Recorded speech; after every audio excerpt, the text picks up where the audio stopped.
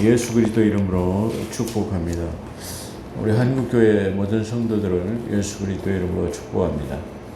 또 특별히 제 동영상 설교를 시청하시는 분들에게 하나님의 크신 은혜와 사랑이 더하기를 주의 이름으로 축복합니다. 오늘 역대상 13장 9절에서 14절, 엄밀히 말해서는 역대상 13장을 강의하려고 하는데 본문 내용이 좀 많아서 압축해가지고 그냥 9절에서 14절까지만 봉독했습니다. 그래서 오늘은 믿음의 큰 거장이라는, 그래가지고 부제로는 오벳 에돔이라는 부제를 붙여봤습니다. 이 오벳 에돔이라는 사람은 이 차제에 정확하게 더 큰 설명을 드리겠습니다만은, 이 사람이야말로 우리 이 성경은 믿음의 선진들에 대한 기록이죠. 믿음 있는 사람들이 어떻게 살았는가, 또 반대로 믿음이 없는 사람들의 그 최후가 어떻게 되어진다는가를 기록하고 있는 책이다, 그렇게 말할 수 있고, 그래서 이 성경은 역사적인 것 그리고 체험적인 것이라고 그렇게 말할 수 있을 것입니다. 오늘 우리가 낭독한 역대상 13장은 사무엘상 5장에서부터 7장에서 잘 기록하고 있는 내용이고요. 또 시편 132편에 그리고 열왕기상에 그렇게 기록되어 있는 것입니다.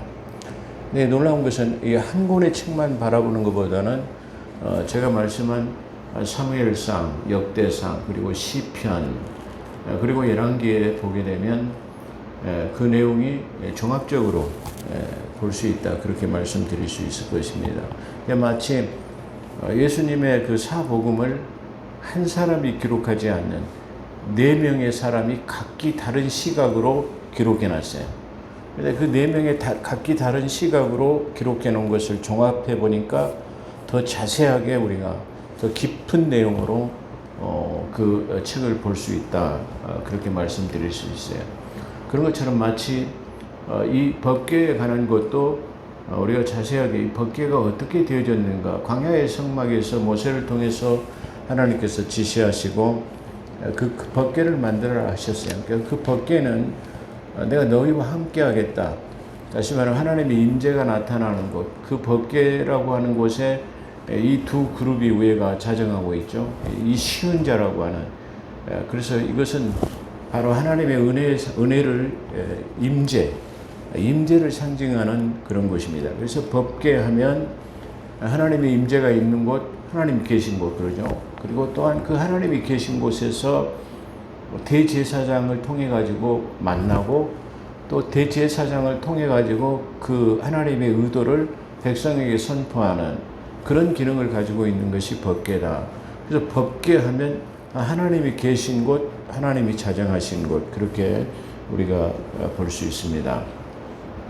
이 법궤는 사무엘상 31장에 보면은 그 마지막 부분에 보면 블레셋 전투에서 사울은 3명의 아들과 함께 길보아 전투에서 요나단과 그리고 아비나답 그리고 말기수아와 함께, 그러니까 이 사울과 3 아들이, 그러니까 4부자가 한꺼번에 죽어버리는 처참한 길보아 전투가 있었습니다. 그래서 이 사람들이 전부 다 죽었어요. 그랬는데 그 전시품을 노획하던 적군의 병사에 의해서 사울의 독특한 복색, 그러니까 왕으로서의 어떤 특정한 복색이 있겠죠. 지휘자니까 어떤 금투구를 썼다든가 홍의를 입었다든가, 뭐 칼이 금으로 된 것을 가지고 있었다든가, 뭐 특색이 있었을 거예요. 그래서 이 사람이 그래서 그 이스라엘의 왕이었구나, 그래가지고 이 사람의 사울의 목을 잘라가지고 그 블레셋 군대의 전 이 지방을 돌아가면서 이게 사울의 목이다 말이야, 효시를 했고, 그의 시체는 벳산 성벽이라고 하는 곳에다가 시체를 못 박아가지고 거기다 걸어놨어요. 그런데 이 소식을 길르한 야베스 사람들이 그 소식을 들었어요. 야, 우리의 왕인데 그렇게 할 수 있겠느냐. 그래서 야음을 타가지고 그 벳산 성벽에 못 박아 있는 시체를 걷어오고 해가지고 장례를 지내줬어요. 근데 이 길르앗 야베스 사람들은 전에 사울의 도움을 한번 받았던 적이 있어요. 그래서 그 사울의 도움을 받은 적이 있음으로써 우리가 마땅히 그분의 어떤 마지막 죽었음에서도 한번 보온을 해야 되지 않겠느냐, 그런 내용이 들어있죠. 물론 길르앗 야베스 거민들은 과거에 사울의 도움을 받은 적이 있었는데 그것에 대한 보온이라고 볼 수 있을 것입니다. 다윗은 사울이 죽은 뒤에, 그러니까 이 사울이 죽은 뒤에 다윗이 유다의 지파에 의해서 왕위로 옹립되어서 왕이 됐어요. 그래서 이 유다 지파의 통해 가지고 옹립을 통해서 기름 부음을 받았다고 사무엘하 2장 4절에서 말해요. 그러니까 이건 좀 이스라엘의 전체의 지지를 받아 가지고 왕으로 추대된 것이 아니라 유다 지파는 중요한 의미를 가지고 있죠. 왕의 혈통이 유다를 통해서 나왔겠다라고 말씀하셨기 때문에 유다 지파, 유다인이라고 하는 것은 대단히 큰 의미를 가지고 있습니다. 어찌됐든 간에 이 유다 지파의 옹립을 통해 가지고 왕이 되어 가지고 기름을 부음받았지만 이스라엘의 전체적인 12지파의 그런 완전한 지지를 받지 못했습니다. 왜 그러냐면은 사울을 추종하던 세력들에 의해서 다윗과와 사울과의 전쟁이 계속되었는데 이는 사울을 섬기던 아브넬이 사울의 남은 아들, 즉 전쟁에 참가하지 못했던 이스보셋을 통해서 전쟁이 계속되었어요.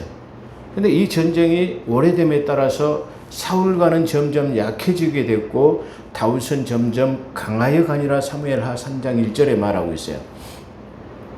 그러니까 이 아브넬이라는 사람은 군대 장관으로서 만약에 정권이 바뀌게 되면 자기는 그 정권의 실세에서 물러나게 될 것이기 때문에 어찌됐든 간에 사울의 아들을 통해 가지고 왕위를 세워야 되겠는데 이스보셋이라는 그 아들을 통해 가지고 옹립을 했어요. 그러니까 어떻게 보면 왕이 둘이 된 거죠.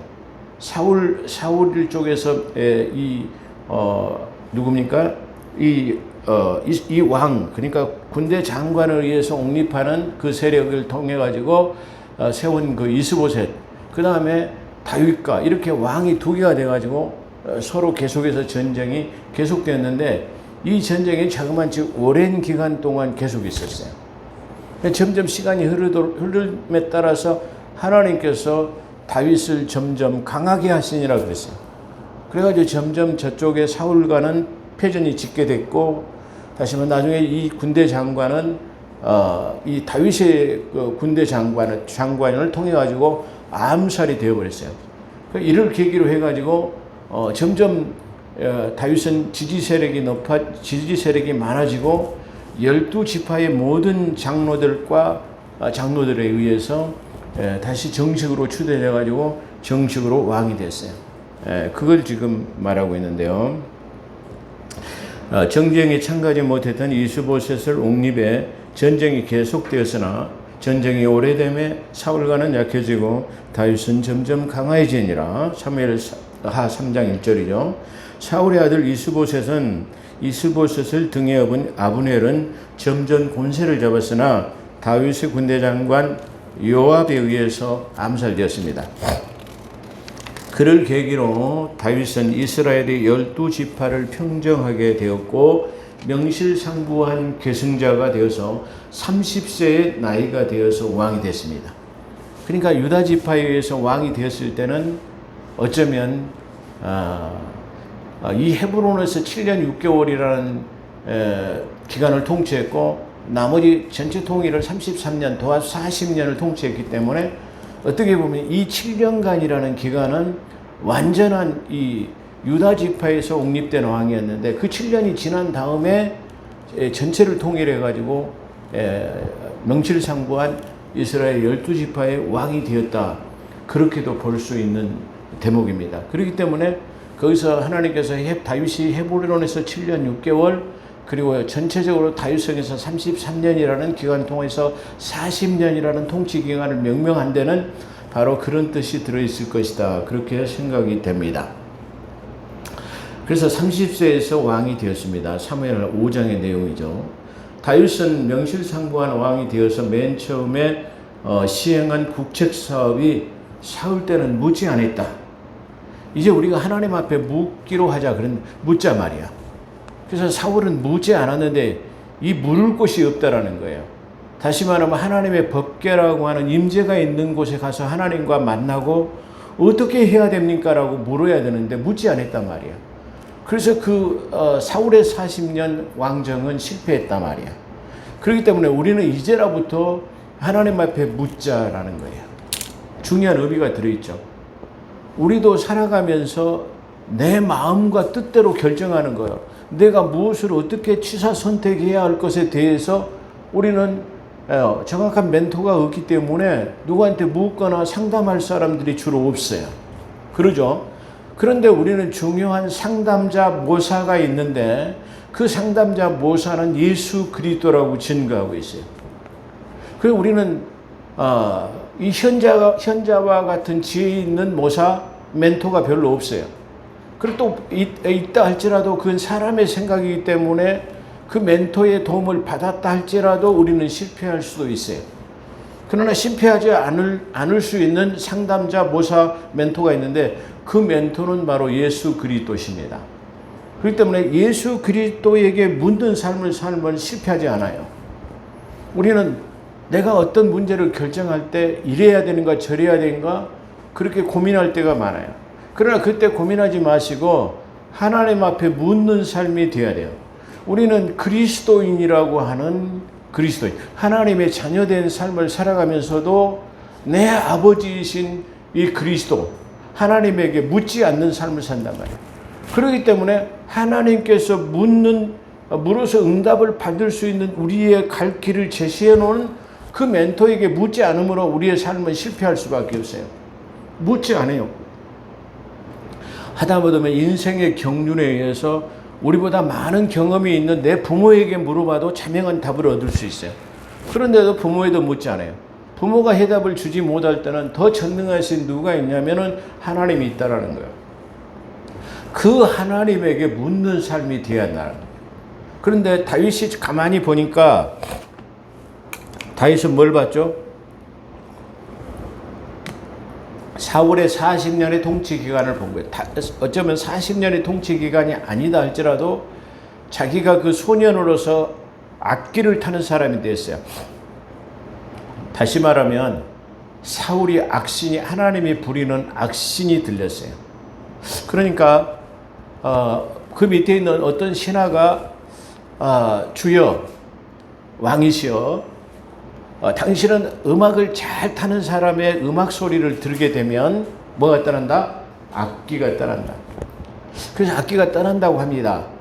그러니 우리나라에서 악기를 잘 타는 소년을 한 사람 구해가지고 그 악기의 연주를 들으면 당신이 타고 있는 당신의 악신이 다시 말해 머리가 아주 엄청 아프게 하는 뭐 그런 악신이겠죠.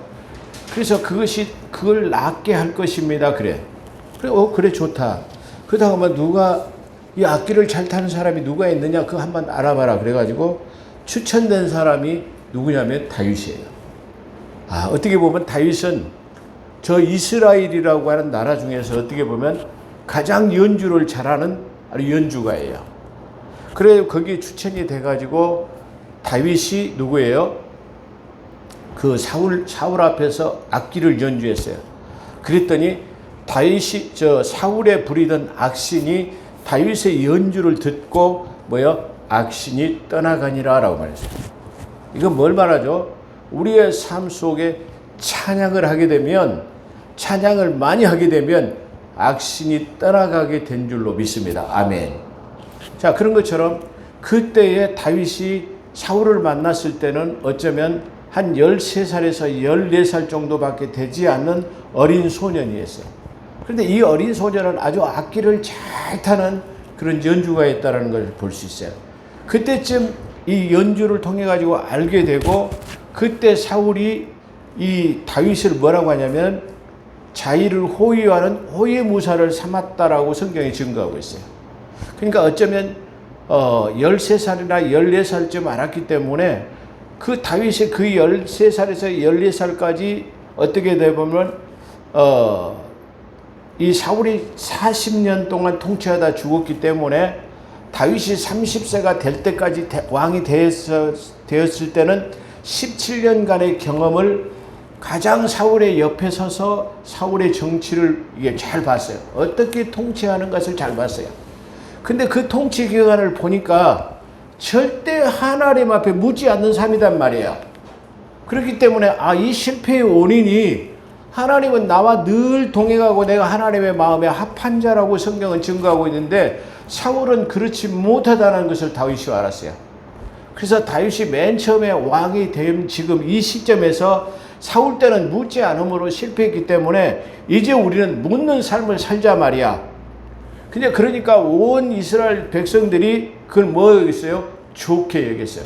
그러니까 다시 말하면 유다 지파의 옹의를 받았던 사람이 12지파의 모든 이것을 통일해 가지고 하나의 이 통일 왕국을 만들고 그 주변 국가를 다 통치하게 됐고, 그랬을 때 다윗이 명실상부한 모든 국가 12지파를 장악하게 된 다음에 모든 이스라엘의 장로와 대제사장들 서기관들을 모아 가지고 이 사울 때는 하나님 앞에 묻지 않았다.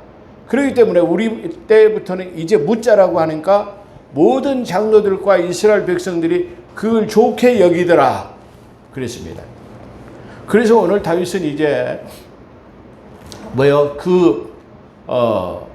이 법궤가 있는 곳을 지금 찾으러 이 법궤가 있는 곳을 예루살렘으로 옮겨가는 행사를 하게 했는데, 이 행사를 하기 위해서 3만 명이나 아주 잘생긴 이 식견 근유병을 이게 모집을 해가지고 쭉 나열해가지고 법궤를 이게 가져오고 이 수레를 만들어가지고 치장을 하고 아주 엄청난 이 공력을 들여가지고 이 법궤를 가져오기로 했다 그런 말입니다. 근데 지금 역대상 13장이나 다른 내용에 보게 되면 이 잃어버렸던 법궤는 어떻게 해서 찾았는가라고 하는 내용이 별로 담겨져 있지 않아요. 자, 이 법궤는 어떻게 해서 이게 됐냐면, 잃어버리게 됐냐면, 블레셋 군대가 계속 이스라엘을 침공해 오는 거예요. 그런데 그때 침공해 올 때 사사 겸 이스라엘의 대제사장은 엘리라는 제사장이었는데, 이 엘리라는 제사장의 밑에는 홉니와 비느하스라는 두 제사장, 다시 말하면 두 아들이 있어요. 그러니까 대제사장은 계승하는, 세습하는 거죠. 그래서 엘리의 그 아들의 홉니와 비느하스가 있었는데, 이들이 전쟁터에 참가했는데, 다시 말하면 이 전쟁을 참가하는데 대제사장도 참가하죠. 왜냐하면 그 영적인 지혜를 얻고 또 하나님 앞에 기도해야 되기 때문에 항상 같이 따라다니는 거죠. 그런 것처럼 이랬는데 전쟁에 계속 지니까, 그렇다고 한다면 우리 하나님의 법궤가 없어서 그런단 말이야. 하나님의 임재가 있는 이 법궤를 가지고 와서 전쟁터에 한번 나가보자 말이야. 그래서 그 법궤가 이스라엘 진중에 들어오니까 난리 큰 소동이 났어요. 그래가지고 이 함성 때문에 저 블레셋 사람들이 깜짝 놀랐어요. 그래서 첩보를 들어보니까, 지금 이스라엘 진중에는 법궤라는 하나님을 모시는 법궤가 들어왔단 말이야. 그래가지고 저들이 사기 충천한단 말이야. 그래서 우리가 이제 죽기 살기로 싸우지 않으면 저 이스라엘 백성들한테 져가지고 평생 종이 된단 말이야. 그래서 이제 우리가 죽기 살기로 싸워야 된다는, 오히려 블레셋 사람들의 마음을, 전쟁하는 마음을 더 오히려 강화시키는 결과가 가져왔어요. 이렇게 하고 전쟁에서 이 법궤는 빼앗기게 되고 2명의 홈리와 비느하스도 죽게 됐고, 이 소식을 접해들은 엘리 제사장도 그 의자에 앉았다가 비대한 몸 때문에 거꾸로도 죽었다고 성경은 증거하고 있습니다. 그래서 이 뺏겼던 법궤는 블레셋 사람들이 그것을 갖다가 어디다 뒀냐면 자기들이 모시는 아스돗 사람들이 다곤 신전에다가 하나님의 법궤를 모셔놨어요.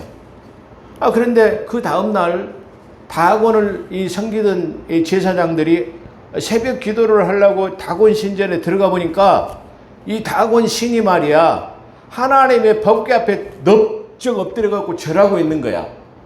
놀라운 일이죠.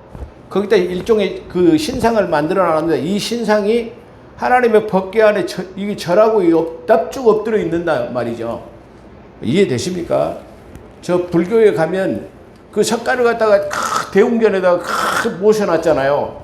그 대웅전에다 모셔놨던 이 다곤 신이 하나님의 법궤 앞에 넙죽 내려와가지고 이 말 못하는 이 신상이 절하고 있다 이 말이야. 그래서 제사장이 다곤을 섬기는 제사장이죠.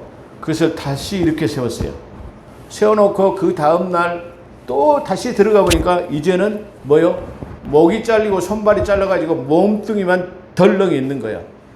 그렇게 해가지고 이 다곤 신전 아스도드에 있는 곳에 하나님께서 독종을 발하시고 심한 연병을 통해 가지고 수많은 사람들이 죽게 된 거예요.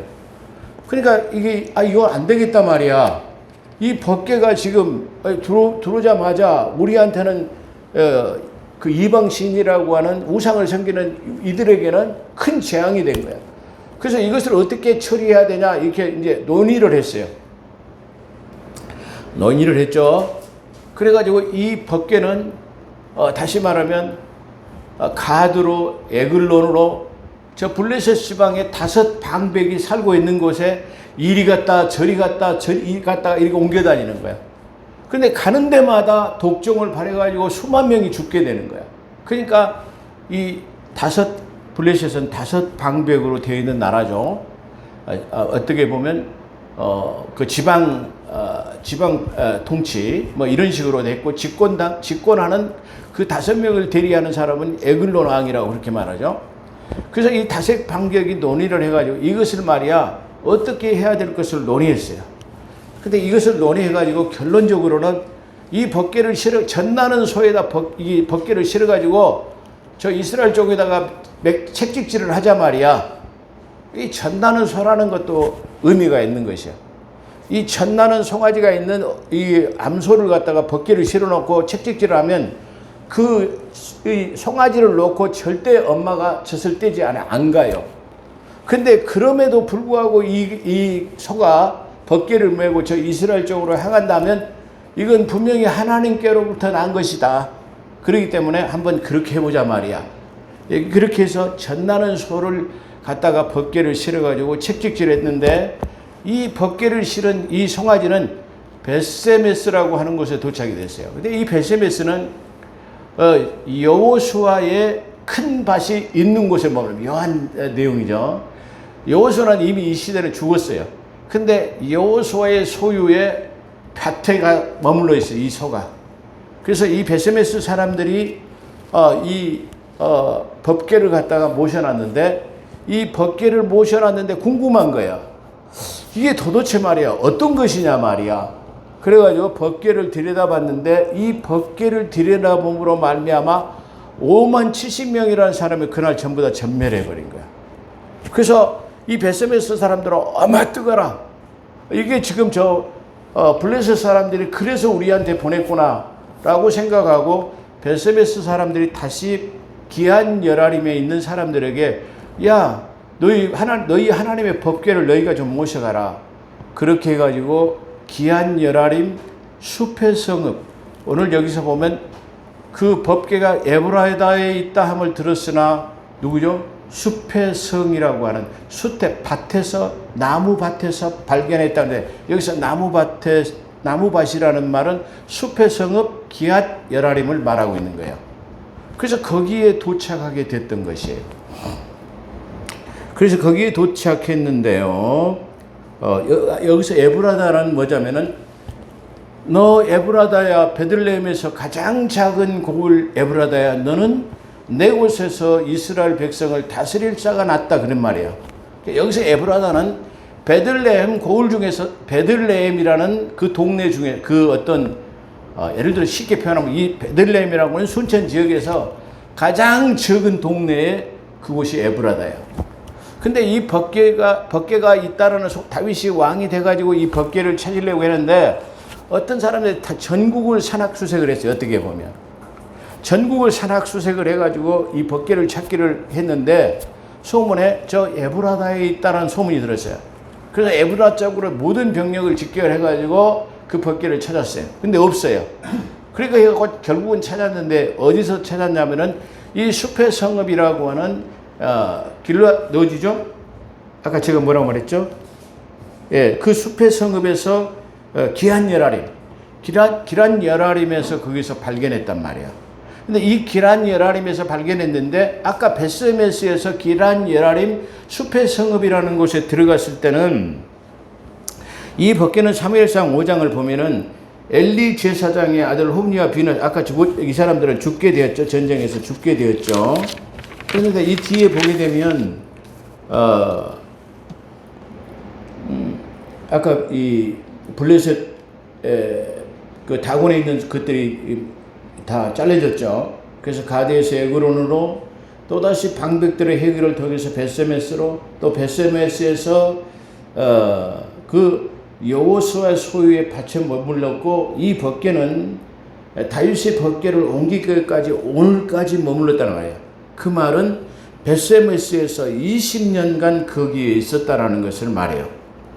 그래서 베세메스 사람들이 아까 말한 것처럼 5만 70명이 죽자 이 벗개를 기한 여라림에 옮기게 됐는데 기란 여라림에 도착한 이 벗개는 숲의 성읍 아비나답이라는 집의 사람의 다시 말하면 동네 사는 곳에서도 좀 떨어진 숲의 성읍 아비나답이라는 사람 저 산중에 살고 있어요. 거기다 모셔놓으면 좋지 않겠느냐라는 생각들이 있었던 것 같죠. 그래서 거기다 모셔놓고 이 아비나답의 아들인 누굽니까? 엘리아사를 구별해서 그 벗개를 지키도록 했다라고 말하는 거예요. 근데 그래서 이 벗개는 어떻게 되냐면은 시편에 보게 되면 거기에 있는 벗개가 거기서 안장되어 가지고 기한 여라림에 20년간 머무는 동안에 다윗이 통치 기간 동안에 왕이 되어 가지고 맨 먼저 이 벗개를 찾는 일에 국책 사업으로 삼았어요. 그래서 하나님 앞에 먼저 묻는 것으로 시작했어요. 저는 이 윤석열 대통령이 돼가지고 지금 대통령이 됐는데 정부에서 상당히 집권당에서 고민을 하는 것 같아요. 어떤 고민이냐면 자꾸 여론조사에서 지지도가 내려가니까 걱정을 하는 거예요. 근데 전혀 걱정할 것이 없습니다. 지난 정부에 있을 때 보면은 이 국정이 잘못된 것이 아주 태반이었는데도 뭐 여론조사가 80%나 나왔는데 그걸 누가 믿겠어요. 근데 반대로 지금 여론조사가 30%대가 남았기 때문에 그걸 통해 가지고 많은 사람들이 뭐 심히 걱정하고 대통령이 이런 식으로 가면 하야해야 되지 않겠느냐 뭐 이렇게 말하는데 그건 말이 되지 않는 것이다 생각합니다. 단지 아쉬운 것은 우리나라는 다행히 그래도 대통령과 이 종교 지도자들과의 조찬 기도회라는 것이 있습니다. 그렇기 때문에 대통령은 중요한 국책 사업을 전할 때는 최소한도 종교 지도자들을 초청해 가지고 좀 얘기를 듣고 또 그걸 국책으로 반영하고 아니면 최소한도 대통령이 맨 처음 되었을 때 종교 지도자들과의 아마 면담을 통해서 앞으로의 5년 국정을 어떻게 이끌어갔으면 좋겠느냐라는 것이 한번 되었다면은 더 좋지 않겠느냐라는 생각을 해봅니다. 어찌됐든 간에 한국교회는 윤석열 이 정부가 성공하기를 많이 지금 기도하고 있습니다. 그런 것처럼 이 윤석열 정부가 그 여론에 좌지우지하지 않고 오직 하나님을 바라보고 종교 지도자들의 어떤 조언을 들어가지고 해결했으면 좋을 것이다. 그런 생각이 듭니다. 이왕에 말이 나왔으니까 한마디 더 덧붙이겠습니다만은 솔로몬의 아들인 르호보암이 왕이 되었습니다. 이건 성경을 통해서 입증하는 겁니다. 솔로몬의 아들 르호보암이 왕이 되어서 나이가 많은 원로들에 대해서 자문을 받습니다. 그래서 그 자문을 받은 원로들은 뭐냐면은 당신 아버지 솔로몬은 통치는 잘했습니다. 그러나 너무나 많은 돈 때문에 국고를 지으려고 많은 강제 노역을 시켜가지고 물론 담군 8만을 통해가지고 교대로 3교대로 해서 일을 시켰고 거기에 대한 합당한 대가를 줬다고 성경은 증거하고 있습니다.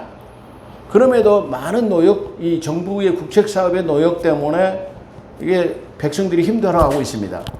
그러니 당신은 좀 쉽게 좀 정책을 그런 것을 이 국책사업을 줄여가지고 백성들을 좀 편안하게 해주십시오라고 하는 것이 원로들의 주장이었습니다. 그래서 이 르호보암은 다시 젊은 신진 세력들에 모아놓고 그들에게 물었습니다. 어떻게 하면 좋느냐? 원로들은 국책 사업을 줄여가지고 편안한 삶을 살도록 주문하고 있다.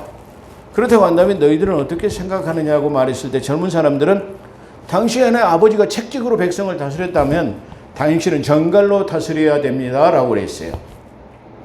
그때 신진 세력의 얘기를 수용한, 왜? 성경이 그렇게 증거하고 있기 때문에요. 그래서 이 솔로몬의 지혜의 왕이었던 아들의 솔로몬의 아들 르호보암은 이 젊은 세력들의 얘기를 수용해갖고 백성들을 전갈로 다스렸어요. 그 결과 어떻게 됐죠? 나라는 얼마 가지 않아서 여로보암이라는 사람이 쿠데타를 통해 가지고 뭐가 됐어요? 나라는 두 조각으로 나눠져 버렸습니다. 그런 것처럼 우리는 기왕이면 노인들의 말도 경청하고 젊은 사람들의 마음도 경청해서 이왕이면 영조왕이죠. 영조왕이 시행했던 탕평 같은 것을 좀 쓰면은 더 좋지 않겠느냐라는 생각을 해봅니다. 얼마 전에 군 지휘관을 전부 다 교체했습니다. 근데 이 문재인 정부 때는 전부 다 상군사관학교 출신들로 전부 다 그냥 바꿨어요. 그러니까 어떻게 해요? 최고의 엘리트 집단인 군들이, 다시 말해 육군사관학교 출신들의 엘리트 집단들이 다시 말해 죄돼 버린 거예요. 그렇기 때문에 이 군 자체가 상군사관학교 출신과 육사 출신이 둘로 확연하게 갈라져 버리는 결과를 가져왔어요. 어찌됐든 간에 엘리트 집단인데 그렇게 배제해서는 안 되는 부분이었는데 어찌됐든 그렇게 했어요. 근데 이 윤석열 정부가 들어서더니 바로 모든 것을 상군 출신들을 전부 다 배제하고 육사 출신으로 전부 다 맞춰버렸어요. 그러니까 또다시 3군은 자기들이 배제되었다라고 하는 소외감을 느낄 거예요. 이런 식으로 가다 보면 언제든지 진보와 좌파는, 진보 좌파와 아니면 좌파라고 하면 저는 어폐가 있어요. 진보라고 하는 사람들이요. 이 진보라는 사람이 좌파 성향, 다시 말하면 종북이라고 하는 종북 세력이 많이 끼어있기 때문에 그 좌파가 욕을 먹는 것이지 종북이 아니면 욕을 먹을 필요가 없는 단체입니다. 그래서 이 보수와 진보가 지금 첨예하게 갈라지고 있는 거예요. 이 첨예하게 갈라진 이것을 통합을 하기 위해서는 다시 말하면 군 인사를 통해서라도 그래도 몇 명 중에 그 3군 출신도 한두 명 갖다가 기용을 했다면 이것이야말로 좋은 탕평이 되지 않겠느냐라고 하는 생각을 가지고 있습니다. 그것이 바로 진보와 보수가 통합할 수 있는 길이에요. 그런데 너희들은 이렇게 했으니까 나도 그렇게 한다라고 하는 이 논리는 결국 문재인 정부 때 좌우를 갈라놓은 것처럼 그 좌우 갈라놓은 것을 봉합하지 않고 똑같이 우리는 우편에 서서 너희들이 했던 것처럼 한다라고 하는 것은 우와 좌우가 이게 결론적으로는 통합할 수 없는 그런 결과를 가져온다, 그렇게 말할 수 있어요. 자, 본론으로 돌아갑니다. 그렇다고 한다면 바로 르호보암은 이렇게 젊은 신진들의 세력을 통해 가지고 실패했어요. 그렇기 때문에 이게 탕평이 중요하다라는 것을 이 성경을 통해서도 입증할 수 있을 뿐만 아니라 또 하나는 아까 우리가 이 정부가 성공하는 정부가 되려면 바로 하나님 앞에 묻는 사람이 되어야 될 겁니다. 어찌됐든 간에 이명박 대통령은 장로로서의 대통령이 되어가지고 국가 조찬 기도회를 계속적으로 진행해왔을 뿐만 아니라 언론 목사님들에 의해서 무릎을 꿇고 안수까지 받았던 그런 대통령이었습니다. 어찌됐든 간에 그렇게 해야 되지 않겠느냐, 그런 생각이 듭니다. 자, 여기서 기란 여라림에 숨어져 있는 이 법궤를 찾기 위해서 다윗은 어디서 기록하고 있냐? 시편 132편에 기록하고 있어요. 그러니까 제가 서두에 말한 것처럼 이 법궤에 대해서 자세히 알려면 사무엘상, 열왕기상, 그렇죠. 그 다음에 이 역대상, 그 다음에 시편을 봐야만이 정확하게 알 수 있다, 그렇게 말씀을 드렸는데요. 시편 132편을 2편에다가 기록하고 있어요. 그거는 다윗이 그때의 상황을 자기가 했던 것을 다시 말하면 어떤 자기의 인생을 서술하는 일대기 같은 내용 속에 그 얘기가 들어있죠. 근데 거기 보면 132편 2절에 보면 맹세의 서원 기도를 통해서 하나님께 소원합니다. 하나님, 어떻게 소원하느냐? 다윗은 내가 내 장막집에 들어가지 아니하며 내 침상에 오르지 아니하고 내 눈으로 잠들게 하지 아니하며 내 눈꺼풀로 졸게 하지 아니하기를 여호와의 처소 곧 야곱의 전능자의 장막 성막 법궤를 말하죠. 전능자의 이 성막을 법궤로 바꿔도 좋습니다. 이 성막은 법궤가 없으면 성막이라고 할 수 없죠. 성막이라고 하는 것 자체는 거기 하나님의 법궤가 있어야 돼. 그죠? 법궤가 없으면 그냥 건물에 불과하는 거예요. 근데 거기 하나님을 예비하는 곳이 된다면 비로소 그것이 교회의 건물이지만 그 교회가 건물이라고 하는 예배당이지만 우리가 모여서 하나님을 예배할 때 그 비로소 뭐가 되죠? 교회가 되는 거예요. 교회. 에클레시아. 불론에서 뺀 무리들이 모이는 교회를 갖다 에클레시아. 불러 뺀 무리들이 모여서 예배하는 것을 교회라고 하는데 그걸 갖다가 에클레시아라고 그러죠. 그러니까 이 교회라고 하는 건물적인 교회는 바로 육적인 몸에 보이는 건물을 말하죠. 몸에 보이는 예배당이라고 하는 건물은 교회는 믿음의 사람들이 모여서 하나님 앞에 예배할 때 예배당에서 교회가 된 줄로 믿습니다. 그러니까 두 번째 영적인 교회는 바로 내가 예수 그리스도를 나의 구주로 믿었을 때 내주하시는 성령이 모였을 때 내를 성전 삼고 계신데 바로 내가 성전이라는 것을 말하고 있어요. 내가 교회라는 말이죠. 그를 잘 구분해야 될 것이다. 그런 말입니다. 그런 것처럼 바로 우리가 구원받은 무리가 에클레시아, 불러냄을 받은 사람들이 모여서 예배할 때 이 예배당은 비로소 교회의 기능을 갖는 것입니다. 그렇지만 이 건물 자체에 불러냄을 받은 뺀 무리들이 예배하지 않는다면 그냥 건물이에요. 그런 것과 마찬가지예요.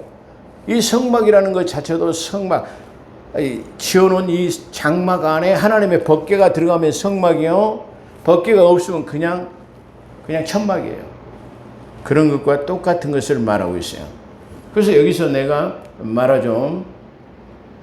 곧 야곱의 전능자의 법궤를 발견하기까지 하리라. 성막을 발견하기까지 하리라. 다윗은 이 지금 법궤를 발견하기 위해서 하나님 앞에 서원 기도를 드렸는데 내가 이 법궤를 왕이 되어가지고 아마 이걸 찾기 전까지는 그런 것 같아요. 그러니까 내가 이 법궤를 찾기 전까지는 뭐 한다고요? 내가 내 집에 들어가서 잠도 자지 않겠습니다. 내 침상에 오르지 않겠다. 잠을 자지 않는다라고 침상에 오르지 않는다라는 건 좀 다른 의미를 가지고 있어요. 예. 다시 말하면 야곱의 아들 루벤이 서모 비라의 침상에 올랐다라는 말은 나쁜 의도로 말하고 있어요. 그래서 여기서 침상에 오르지 않는다라는 말은 다른 뜻을 말하고 내가 잠을 자지 않는다라는 것과 잠자려면 침상에 올라야 되잖아요. 근데 침상에 오르는 것과 내가 눈꺼풀로 잠자지 않겠다라는 의미는 다른 의미를 가지고 있어요. 어찌됐든 간에 내가 이걸 하기 전까지는 내 집에 들어가고 잠도 안 자고 눈꺼풀로 감기지도 않게 하고 내가 그렇게 하겠습니다 말이야. 그렇게 해가지고 이 법궤가 다윗에 의해서 기랏 예라림이라고 하는 숲의 성읍에 20년간 머물렀는데 이 다윗의 열정과 믿음으로 오늘 뭐였어요? 그 법궤를 찾아오는 거예요. 근데 이 법궤를 찾아오는 과정 속에서 오늘 누구죠? 이 법궤는 반드시 대제사장이 메워 옮겨야 돼요. 이 말은 다른 말로 하면 법궤는 출애굽기에 보게 되면 대제사장만이 꾀를 차로 법궤를 이 밑에는 이 네 개의 고리가 달렸어요. 그 고리에다가 긴 막대기를 찔러가지고 제사장 2명이 앞에서 뒤에서 이 가마를 매듯이 옮겨야 돼요. 그런데 지금 다윗은 하나님을 믿는 열정만을 가지고 지금 금수레를 다 만들어가지고 쉽게 말하면 이 수레로 옮기는 최고의 어떤 대통령이 움직이는 그 전용 카죠. 아주 그런 카에다가 3만 명이나 되는 아주 그 잘생긴 그 의장대를 이게 만들어가지고 사회를 해가지고 그 법궤가 지나가도록 그렇게 만들어놨어요. 얼마나 성대하게 만들어놨습니까?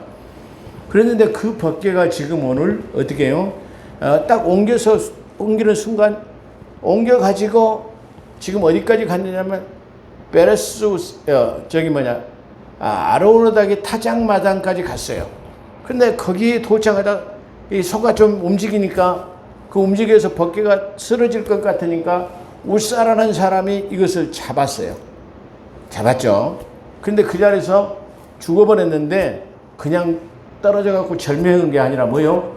오늘 우리 성경에 표현해 보게 되면 이 앞전 성경에는 그런 표현이 없습니다. 근데 개정개혁 사판에는 하나님께서 우사를 찢으시니라고 했어요.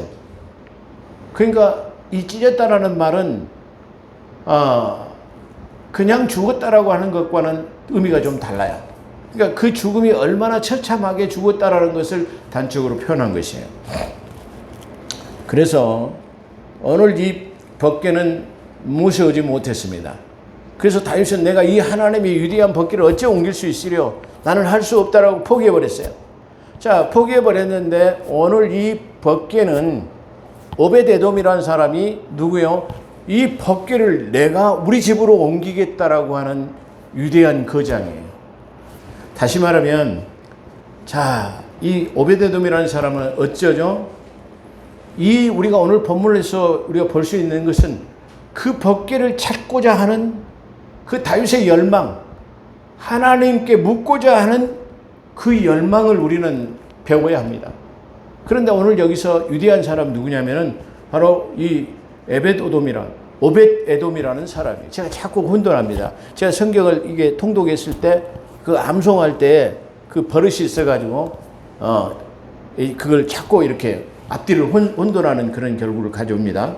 근데 오벳에돔이죠. 근데 이 사람은 지금 뭐예요? 참 그렇게 하고 이 다윗도 지금 이 행사를 하다가 행사가 중단된 거예요. 법궤를 모시니 뭐예요? 다윗은 성으로 돌아가 버렸어요. 그리고 이 법궤를 지금 어떻게 해야 할 사람이 없는 상태예요. 근데 이 법궤는 지금 현재 누굽니까? 우사가 지금 이 자리에서 현장에서 즉사하는 것을 본 상태예요. 그럼에도 불구하고 오늘 이 오벳에돔이라는 사람은 이 법궤를 오늘 우리 집에 옮기겠습니다라는 거예요. 그러니까 다시 말해 이 법궤는 소문에 들어보면 저 베세메스에서 옮길 때도 5만 명이나 죽었고 또 블레셋에 있을 때는 거의 5 방백을 두루 돌아다니면서 이 법궤가 천대를 받았는데 가는 데마다 독점을 받아가지고 많은 수많은 사람들이 죽었어요. 이 법궤 때문에 많은 사람이 블레셋도 죽고 또 베세메스에서도 죽고 이 귀한 열하님이 와가지고 지금 옮기려고 하는데 우사가 죽었는 이 자리에서 다윗도 이걸 하나님이 우리 집에다 이게 이 성에다 못 모시게 하는가 보다라고 그냥 가버린 거예요. 근데 누가 모셨다고요? 오벳에돔이 우리 집에 모시겠다라고 하는 위대한 거장의 믿음이에요. 지금 현장에서 우사가 죽는 것을 보고 이 법궤 때문에 죽는 것을 봤는데 이 법궤를 자기 집에다 모시겠다라고 하는 거예요. 여기서 이 누굽니까? 오벳에돔이라는 믿음은 내가 죽으면 죽는 결과를 가져온다 할지라도 하나님의 임재가 있는 저 법궤는 내가 반드시 우리 집에 모시겠다고 하는 결사각오가 그에게 있어진 줄로 믿습니다. 그렇기 때문에 그는 제사장도 아니요 아무것도 아닌 사람이었어요. 그랬는데 그가 법궤를 하나님의 집에 모셨을 때는 뭐예요? 이는 뭐예요? 무사했어요. 근데 그러기까지 3개월 동안에 이 법궤가 이 오벳에돔의 집에 머물렀는데 하나님께서 이 오벳에돔의 집에 뭐요? 복을 내리시니라. 할렐루야. 그의 모든 소유에 복을 내리시니라고 하는 거예요. 우리는 이 성경을 볼 때 이 오벳에돔이라는 사람에 대해서 그냥 간과해버리기 쉬운 거예요. 근데 이거는 죽음을 지금 불사하는 믿음이 아니면은 자기 집으로 옮길 수 없는 결사각오가 이 속에 들어있는 거예요. 내가 죽어야 하겠다고 하는 내 자기 십자가를 내가 지는데 내가 이 법궤 때문에 죽는다고 한다면 내가 그러다 한지라도 이 법궤는 내가 우리 집으로 모셔야 되겠다라고 하는 결사각오, 그 믿음이 있어진 것입니다. 다윗은 이 법궤를 지금 모셔오지 못한 것에 대해서 이스라엘 모든 장로와 서기관과 이 누굽니까 대제사장들을 모아놓고 구수회의를 합니다. 어떻게 해야 이 법궤가 이게 지금 이렇게 된 거냐 말이야. 그랬더니 제사장들이 그렇게 말합니다. 이 법궤는 옮길 때는 대제사장의 꿰일채로 옮겨야 됩니다. 여기서 우리가 하나 넣을 수 있는 교훈도 뭐죠? 우리가 맹목적인 열심만을 가지고 하나님을 섬긴다고 하면은 이렇게 잘못된 결과를 가져올 수 있어요. 우리 한국 교회도 맹신적인 사람들이 너무나 많아요. 그 가끔 유튜브를 보면은 뭐 지금도 막 방언을 밖에서 얼레리 꼴레리 해가지고 막 뒤집어지고 난리가 하는 그런 광경을 제가 유튜브를 통해서 보는데, 그 광경을 보고 제가 정말 아직도 우리 한국 교회의 수준이 이런 정도인가. 방언은 은사 중에서 맨 꼴찌예요. 9번째에 해당하는 최하바리의 은사예요. 왜 첫 번째, 두 번째 은사를 갈망하지 않습니까? 그래가지고 그 방언을 받는다고 거기서 그 집례를 주도하는, 그 집회를 주도하는 목사님이 성령의 불을 들어가라고 쉬오고 돌아다니는 걸 보면은 참 정말로 아주 난감하기가 그지없는, 아직도 우리 한국 교회가 이런 수준에 머물러 있다라는 것을 제가 볼 때 너무나 통탄할 따름입니다. 그런 맹목적인 신앙은 하나님께서 요구하지 않습니다. 어떤 신앙을 요구하죠? 그래서 다윗이 마치 그 맹목적인 열정은 가졌으나 뭐가 부족했어요? 하나님이 원하시는 규례와 법규를 몰랐다는 거예요. 그래서 이 종교회의를 통해 가지고 그 왕이시여, 당신은 아주 그 믿음과 열정은 대단합니다. 하나님이 묻겠다고 하는 열정도 대단합니다. 그걸 묻지 않으면 실패할 수밖에 없습니다. 그러나 방법이 틀렸습니다. 이 방법은 반드시 대제사장이 꿰일채를 가지고 가마를 매듯이 옮겨야지만이 될 수 있는 것입니다. 그렇지 않았기 때문에 죽었습니다라는 거예요. 그래서 3개월의 구수회의가 끝난 다음에 다윗은 대제사장의 2명을 선발해 가지고 꿰일채로 법궤를 깬 다음에 그 다음에 예루살렘으로 옮길 줄로 믿습니다. 여기서 우리가 느낄 수 있는 것은 바로 하나님께서는 여기서 말하는 맹목적인 신앙, 방언을 받기 위해서 뒹굴면서 쌀라쌀라 하는 것, 그거보다 하나님의 말씀의 기준에 서서는 첫 번째의 은사인 지혜의 말씀을 갖는 것이 중요합니다. 두 번째, 지식의 말씀을 갖는 것이 중요합니다. 왜 은사 중에서 가장 큰 하나님의 말씀과 지혜의 말씀과 지식의 말씀은 놔두고 9번째 꼴등의 은사를 사모하냐, 그런 말이죠. 그런 것처럼 우리는 맹목적인 신앙이나 맹신적인 신앙은 하나님께서 요구하지 않습니다. 하나님께서 어떤 신앙을 요구하시냐 그러면, 오늘 오벳에돔과 같은 결사각오의 믿음을 가지고라도 내가 하나님을 반드시 만나고야 말겠다, 내가 하나님을 내 집에 모시겠다라고 하는 것, 죽음을 지금 눈앞에 보면서도 하는 그런 결사각오의 믿음을 보고 하나님께서 이 오벳에돔의 집에 복을 허락하신 줄로 믿습니다. 그래서 제가 오늘 이 오벳에돔이라는 사람을 유대한 믿음의 거장이라고 표현한 것입니다. 그런 것처럼 오늘 우리는 누구나 이 오벳에돔과 같은 신앙과 믿음을 소유할 수 있습니다. 우리가 하나님 앞에 나아갈 때는 결사각오로 내가 죽으면 죽으리라고 나가야 돼요. 오늘 보세요. 권사님이 오늘 또 한 분 안 나오셨다는데 왜 안 나왔다니까? 어제 아르바이트 해갖고 피곤해갖고 못 나온다네요. 그런 믿음은 복을 받을 수가 없어요. 뭐죠? 내가 죽으면 죽더라도 하나님의 성전에 가서 죽으면 뭐예요? 순교잖아요. 아파서 집에서 죽으면요? 그냥 죽는 거예요. 교회 와서 아파서 죽으면 뭐죠? 순교요. 이왕이면 기왕이 아파서 죽을 거라면 교회 와서 순교하시기를 주의 이름으로 축원합니다. 오늘 이 오벳에돔 같은 그런 신앙과 믿음을 소유하게 되시기를 주의 이름으로 축원합니다. 기도하겠습니다. 주님 감사합니다. 오늘 위대한 믿음의 하나님 거장을 만나보았습니다. 결사각오의 믿음이 가지고 있지 않고는 할 수 없는 행동입니다. 또 다윗과 같은 하나님의 묻지 않는 삶을 가진다고 한다면 우리는 실패할 수밖에 없습니다. 그러므로 우리가 맹신적인 그런 하나님의 규례를 알지 못하고 맹목적으로 믿는 그런 특심이 아닌 하나님의 뜻대로 구하는 그런 복된 삶이 되게 도와주옵소서. 오늘도 함께 하신 것 감사하며 우리 구주 예수 그리스도 이름으로 감사기도 드리옵나이다. 아멘.